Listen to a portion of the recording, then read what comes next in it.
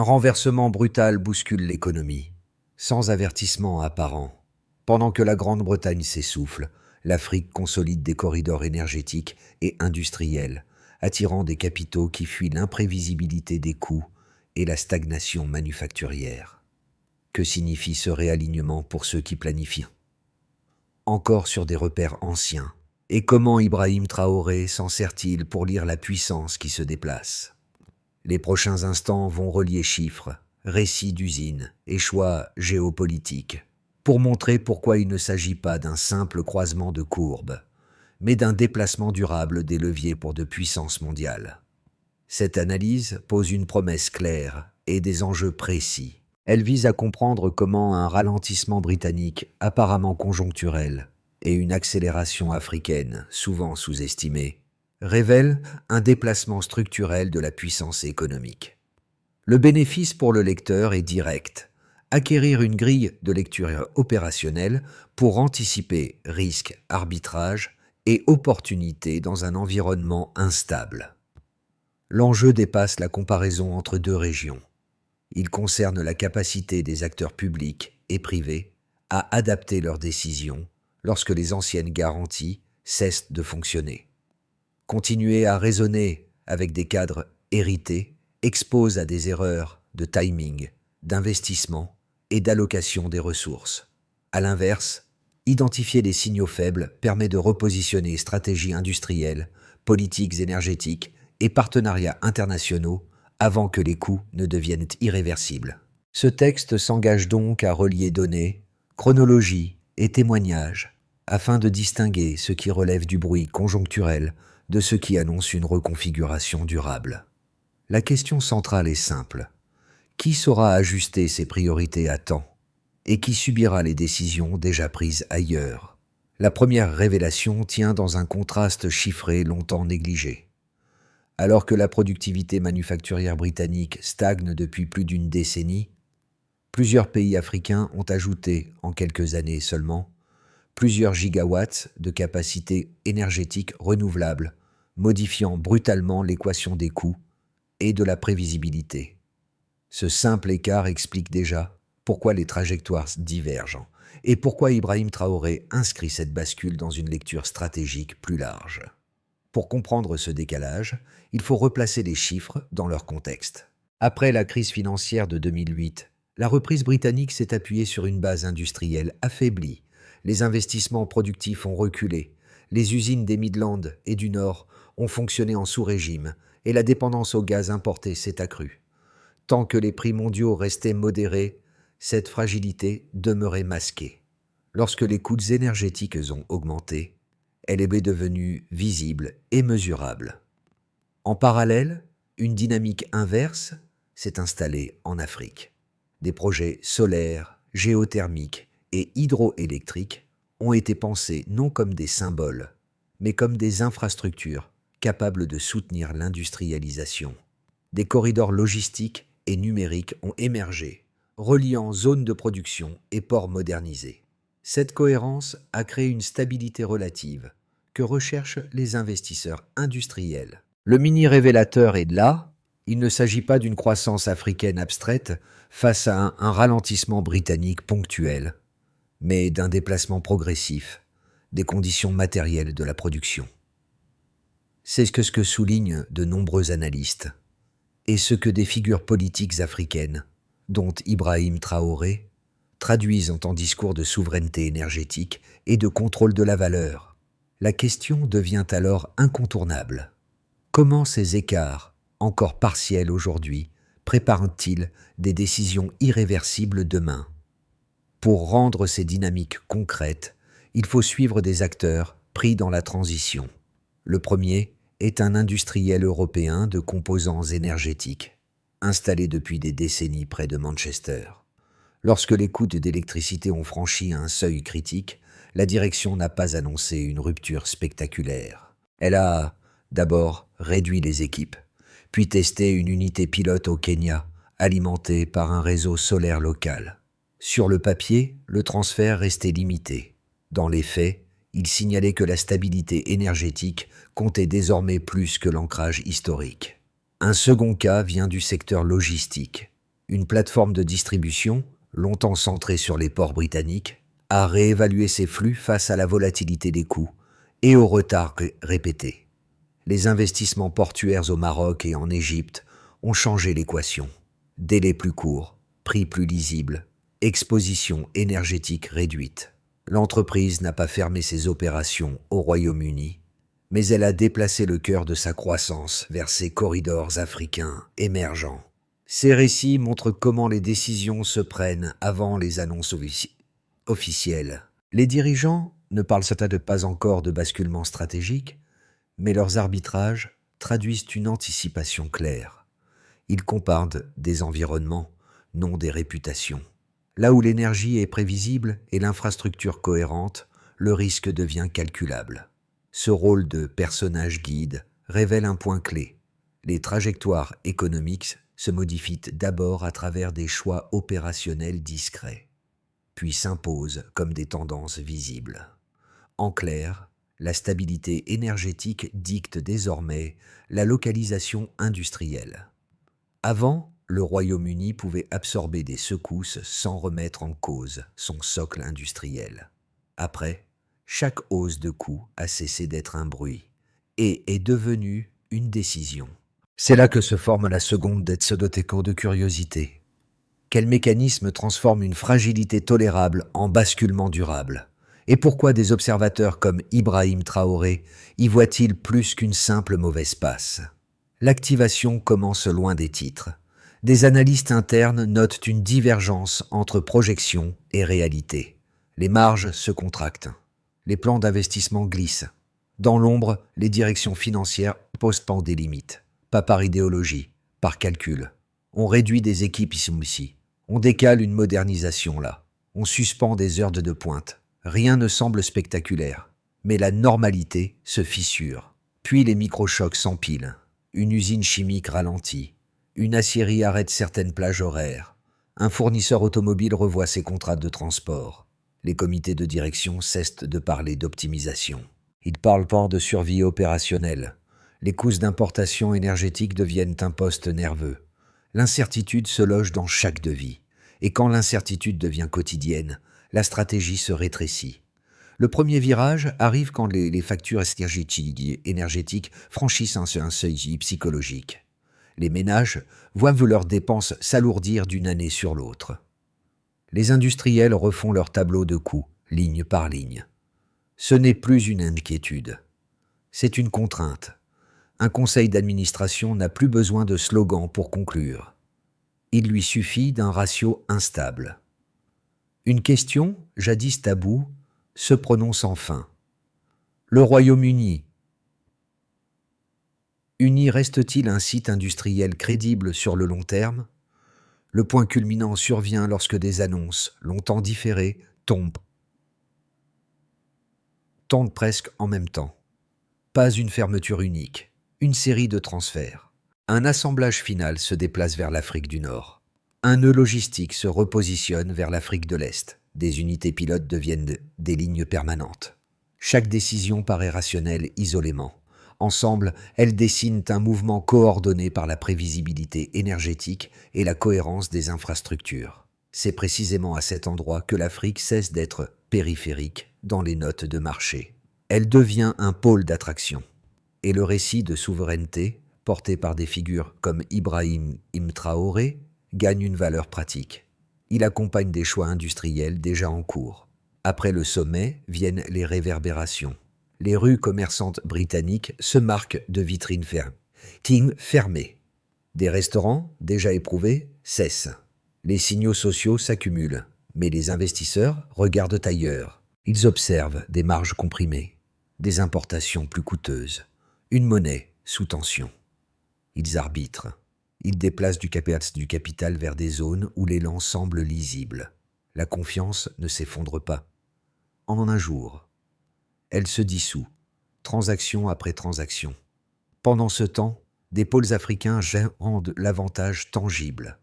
Des parcs solaires, des couloirs géothermiques, des projets hydroélectriques, des zones industrielles connectées aux ports modernisés. Le point commun n'est pas la taille d'un projet isolé. C'est l'architecture, énergie, logistique, transformation, numérique. Un même fil. Cette cohérence réduit un risque que le Royaume-Uni peine désormais à maîtriser. L'imprévisibilité des coûts physiques. La séquence se referme avec une logique implacable. Activation silencieuse, virage de coûts, décision groupée, réverbération sociale et financière. Et, en contrepoint, consolidation africaine. La question initiale reste suspendue, volontairement. Qu'est-ce que ce qui, dans les chiffres, prouve ce basculement au-delà des impressions? Et comment cette preuve verrouille-t-elle la lecture d'Ibrahim Traoré? La ligne de base est claire, puis le delta apparaît. La baseline britannique repose désormais sur une dépendance énergétique structurelle. Près de la moitié du gaz consommé est importé, exposant directement l'économie aux chocs extérieurs et aux fluctuations de prix. Le delta surgit lorsque cette dépendance cesse d'être abstraite et se traduit en coûts opérationnels imprévisibles, comprimant marge industrielle et décisions d'investissement. C'est à partir de ce point mesurable que le renversement cesse d'être narratif pour devenir analytique. Un cadre que des dirigeants africains comme Ibrahim Traoré mobilisent pour parler de souveraineté réelle. Le premier indicateur quantitatif concerne précisément cette dépendance. Lorsque plus de 50% d'une ressource critique provient de l'extérieur, chaque variation de prix se diffuse mécaniquement dans l'ensemble de la chaîne de valeur. Pour les ménages, cela signifie une hausse rapide des dépenses contraintes. Pour les entreprises, cela implique des coûts volatiles impossibles à absorber durablement. Une économie de services peut retarder l'ajustement, mais elle ne peut pas l'annuler indéfiniment. Cette donnée, prise isolément, n'annonce pas un effondrement. Elle signale une vulnérabilité persistante. Le second chiffre change l'échelle de lecture. En une décennie, plusieurs pays africains ont ajouté plus de 5 gigawatts de capacité renouvelable à leur réseau. Ce volume n'est pas symbolique. Il correspond à des infrastructures capables d'alimenter des zones industrielles entières avec une prévisibilité relative des coûts. Chaque gigawatt supplémentaire réduit l'exposition aux marchés mondiaux des hydrocarbures et stabilise les projections à moyen terme. Pour un investisseur industriel, cette stabilité vaut parfois plus qu'un avantage fiscal ponctuel. Le troisième indicateur éclaire le déplacement du capital. Plus de 30% des nouveaux engagements d'infrastructures en Afrique proviennent désormais de consortiums interrégionaux situés hors d'Europe. Ce ratio révèle un changement de gravité financière.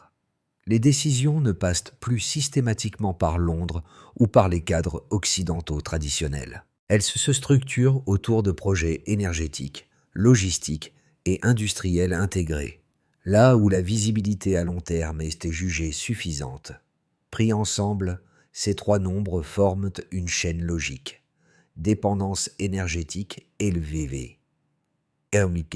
Au Royaume-Uni, expansion rapide et ciblée des capacités africaines. Réorientation mesurable des flux d'investissement. Le passage de la baseline au delta ne relève donc pas d'une perception subjective, mais d'un enchaînement de contraintes et d'opportunités chiffrées. C'est ce qui verrouille certaines décisions industrielles. Lorsqu'un environnement offre une énergie plus stable, des coûts plus lisibles et un accès direct aux marchés émergents, l'arbitrage devient rationnel.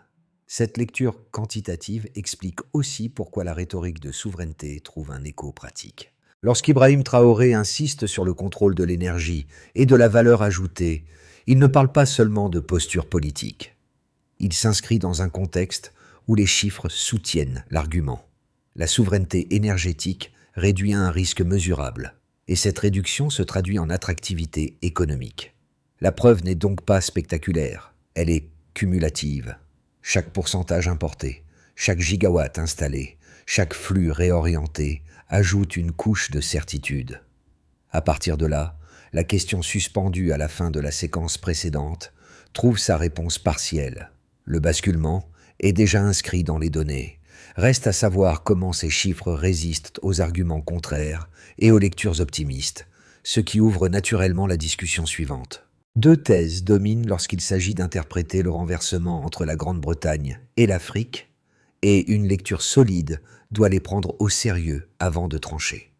La première thèse affirme que la trajectoire britannique reste réversible.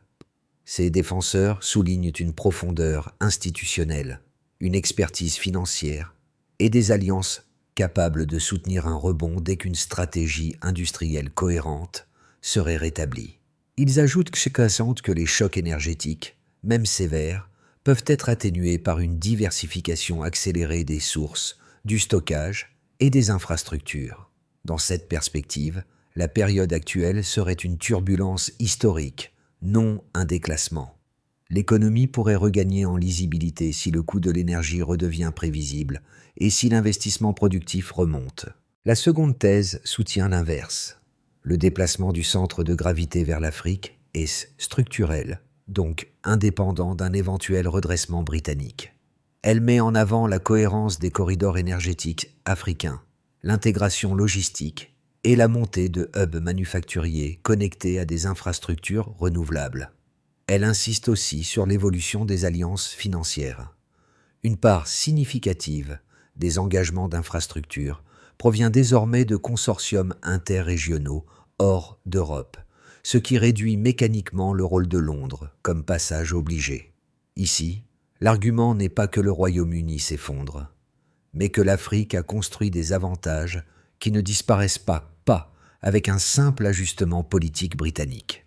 La réfutation la plus robuste ne nie aucune des deux. Elle reconnaît que le Royaume-Uni conserve des actifs puissants, mais elle constate que les chiffres décrivent une contrainte durable.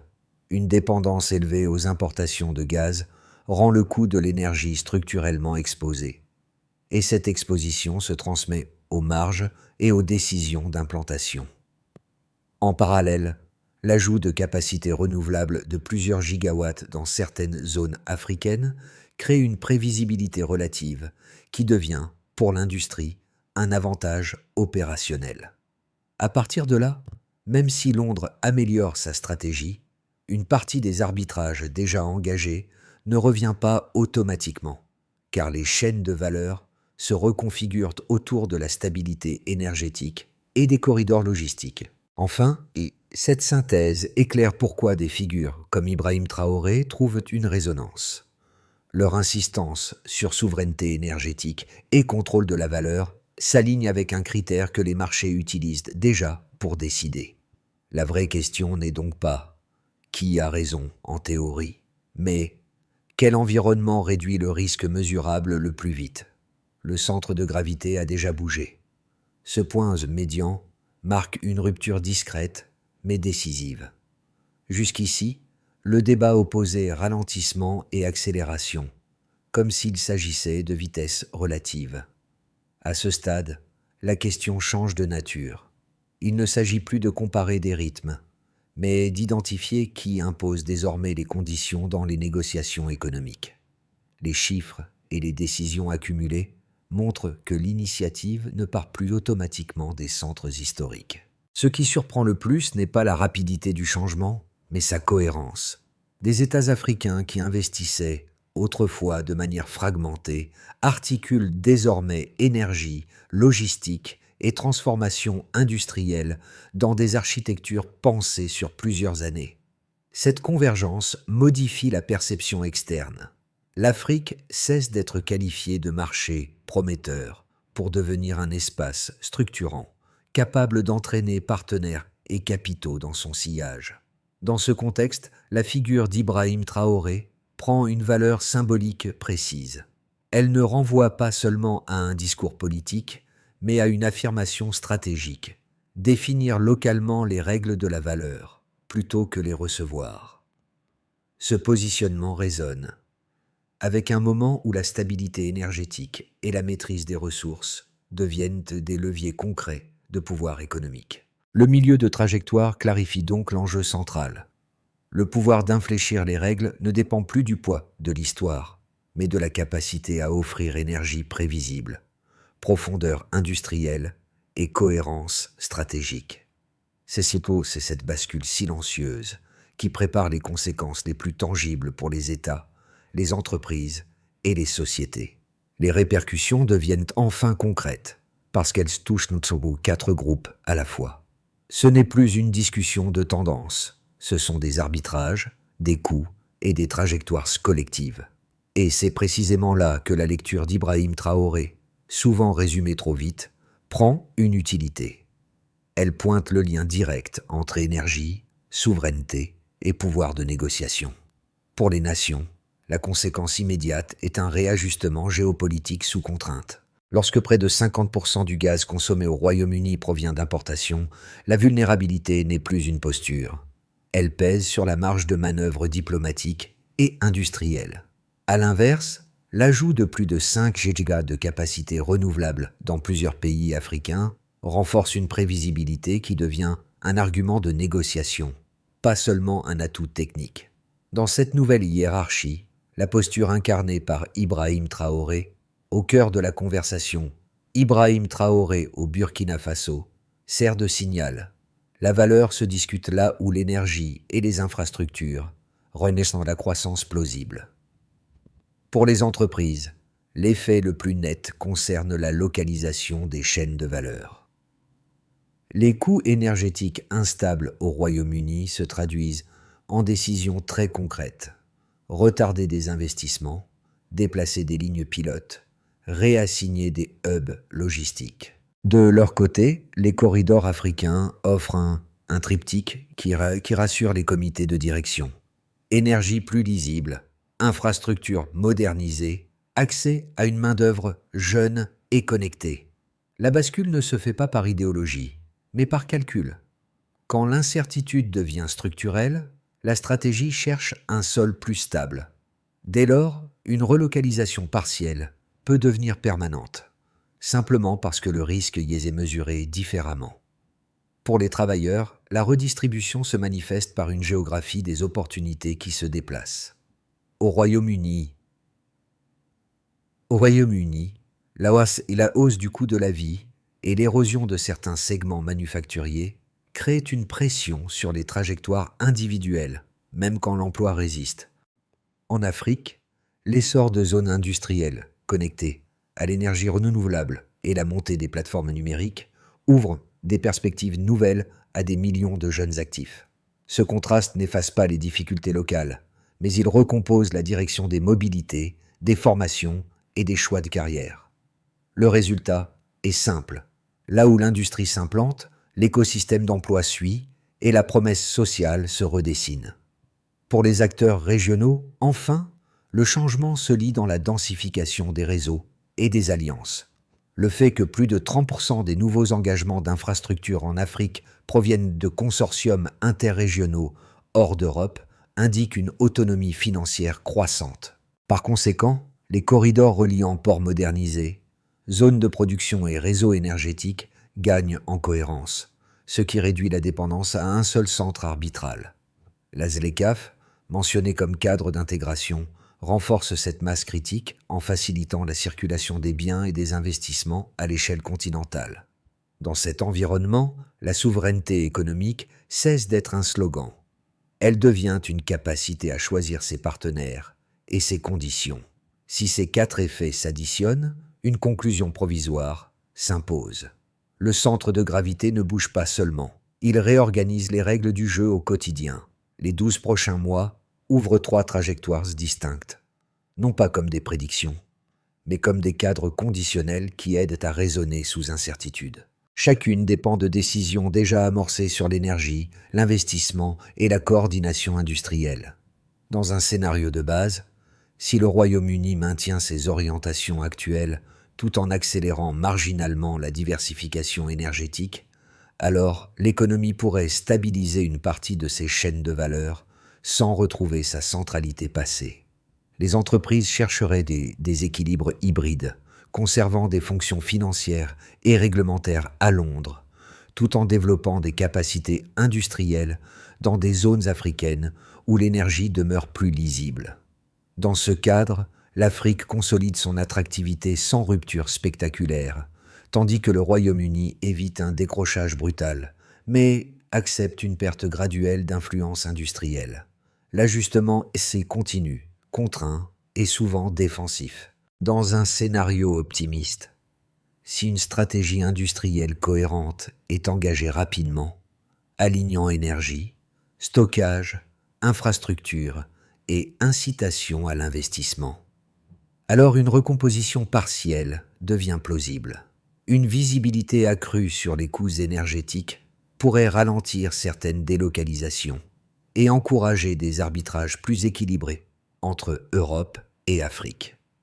Les liens transversaux se renforceraient dans une logique de complémentarité, co-investissement, chaîne de valeur partagée, transfert technologique. Dans ce scénario, l'Afrique conserve son avance structurelle, mais le Royaume-Uni réintègre l'équation comme partenaire industriel crédible, plutôt que comme centre exclusif. Dans un scénario défavorable, si la volatilité énergétique persiste et si les investissements structurants tardent,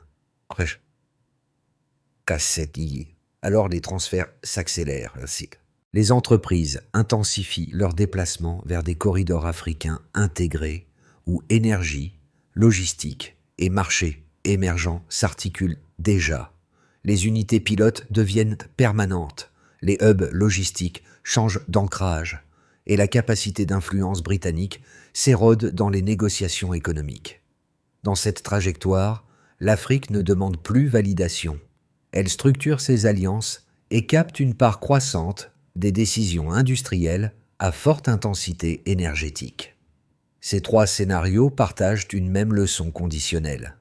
Si la prévisibilité énergétique s'améliore là où l'industrie s'implante, alors les chaînes de valeur s'y ancrent durablement. À l'inverse, si l'incertitude persiste, alors le capital se déplace, même sans rupture politique. Des discours de souveraineté, comme ceux portés par Ibrahim Traoré, prennent sens lorsqu'ils coïncident avec cette logique opérationnelle. La recommandation de méthode est simple. Raisonner par condition plutôt que par certitude, et tester chaque décision à l'aune d'un critère central, la stabilité mesurable des coûts physiques. Les conséquences du renversement ne se vivent pas seulement dans les bilans, mais dans les choix quotidiens de trois publics qui ne lisent pas les mêmes signaux au même rythme. Pour les investisseurs, le changement principal tient à la lisibilité. Lorsque l'énergie devient prévisible et que les infrastructures s'alignent avec la production, le risque se transforme en paramètres calculables. Ils réévaluent alors leur portefeuille, non seulement selon le rendement, mais selon la stabilité des coûts physiques, la cohérence des corridors logistiques et la continuité des projets. Un marché jugé périphérique hier peut devenir central si l'architecture industrielle y réduit l'incertitude, tandis qu'un centre historique peut perdre de son attrait si la volatilité s'installe dans les postes essentiels. Pour les travailleurs, l'impact est plus immédiat et plus intime. Dans un environnement où le coût de la vie augmente et où certaines activités productives se contractent, la question n'est pas abstraite. Elle concerne la capacité à maintenir un niveau de vie, à se reconvertir ou à saisir des opportunités ailleurs. À l'inverse, là où des zones industrielles connectées à une énergie plus stable se développent, de nouveaux parcours se créent autour de la maintenance, de la logistique, du numérique et de l'ingénierie. La géographie des opportunités se déplace, et avec elle, les décisions de formation, de mobilité et d'orientation professionnelle. Pour les décideurs publics, la difficulté réside dans le timing. Les cadres hérités supposent souvent une centralité automatique des anciens pôles. Or, quand les flux d'investissement et les chaînes de valeur se réorganisent autour de la prévisibilité énergétique, les politiques doivent s'ajuster plus vite que les cycles électoraux. C'est ici que l'insistance sur la souveraineté énergétique, associée à des figures comme Ibrahim Traoré, devient un repère. Elle rappelle que la négociation dépend d'abord de la maîtrise des contraintes matérielles. Une feuille de route crédible se construit en étapes observables, avec des responsabilités claires et des critères de mesure simples. D'abord, reconnaître le déplacement des contraintes. Les gouvernements et les grandes entreprises doivent publier sous 30 jours un diagnostic commun des vulnérabilités énergétiques et logistiques afin d'aligner leurs décisions sur des données plutôt que sur des repères hérités. Ensuite, stabiliser le coût de l'énergie. Les autorités britanniques peuvent prioriser, sur 3 à 6 mois, des mécanismes de diversification et de sécurisation d'approvisionnement, puis rendre publics des indicateurs mensuels de volatilité tarifaire et de dépendance aux importations. L'objectif n'est pas de promettre une baisse, mais de réduire l'imprévisibilité qui bloque l'investissement, puis connecter l'industrie aux nouveaux corridors. Les entreprises doivent, surtout sur un horizon de 6 à 9 mois, cartographier leur chaîne de valeur et identifier les nœuds où l'Afrique offre déjà une énergie plus lisible et des infrastructures modernisées. Elles peuvent tester des unités pilotes, puis mesurer la performance par 3 métriques: stabilité des coûts, délai logistique et résilience face aux chocs externes. Après cela, formaliser des partenariats équitables. Les États africains, dont certains dirigeants mettent en avant la souveraineté énergétique et la maîtrise de la valeur, peuvent exiger des clauses de transfert de compétences, de transformation locale et de transparence des contrats. La posture associée à Ibrahim Traoré illustre cette logique. Négocier non seulement l'accès aux ressources, mais aussi la part de valeur captée.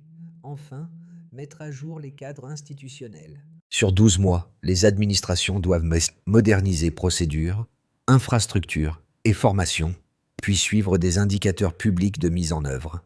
Une trajectoire devient durable quand elle est mesurée, corrigée et assumée. La boucle se referme en revenant aux scènes discrètes du début. L'usine testée au Kenya, le hub logistique réorienté vers la Méditerranée Sud, ces décisions modestes en apparence ont pris une épaisseur nouvelle. Elles n'étaient pas des paris isolés, mais des signaux faibles devenus lisibles avec le temps. Ce sont elles qui expliquent pourquoi le récit a changé sans proclamation officielle.